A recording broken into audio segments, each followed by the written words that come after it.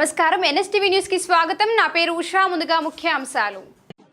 తిరుపతి జిల్లా శ్రీకాళహస్తి పట్టణంలోని దక్షిణ కాశీగా పేరుగాంచిన ప్రముఖ పుణ్యక్షేత్రమైన శ్రీకాళహస్తీశ్వర స్వామివారి దేవస్థానానికి టిడ్కో చైర్మన్ వేములపాటి అజయ్ కుమార్ కుటుంబ సమేతంగా విచ్చేశారు.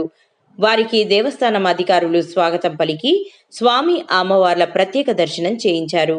అనంతరం శ్రీ మృత్యుంజయ సన్నిధానం వద్ద వేద పండితుల చేత ఆశీర్వచనం చేయించి స్వామి అమ్మవార్ల చిత్రపటాన్ని మరియు తీర్థ ప్రసాదాలను అందజేశారు.